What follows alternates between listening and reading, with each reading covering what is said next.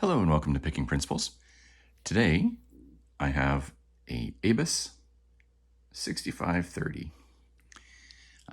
It is a 30 millimeter brass padlock with a 5 millimeter shackle. It's an Abus, which are typically pretty good locks, but because it's so small, it's obviously a low security item because you could easily get through this hardened shackle, I'm sure, with a pair of snips. It has Abus on the key. And if we look at this key, it practically looks like a bump key. If we look at that bitting, every pin's approximately the same depth. Like, I don't know what the cuts are, but cut 1, cut 2, and cut 4 are the same, and cut 3 is just a hair lower. So we got 4 cuts. I don't know what we can call them, but whatever they are, it's pretty much identical. In fact, if I had a bump key, I would try it on this lock. But I do not, so instead we're going to try and pick it. And if we look at the keyway, it's a pretty standard straight keyway.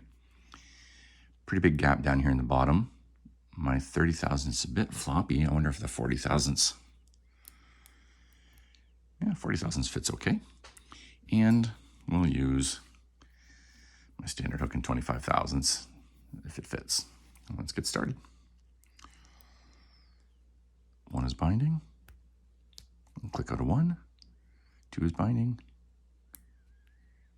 Click out a 2. 3. Little click there.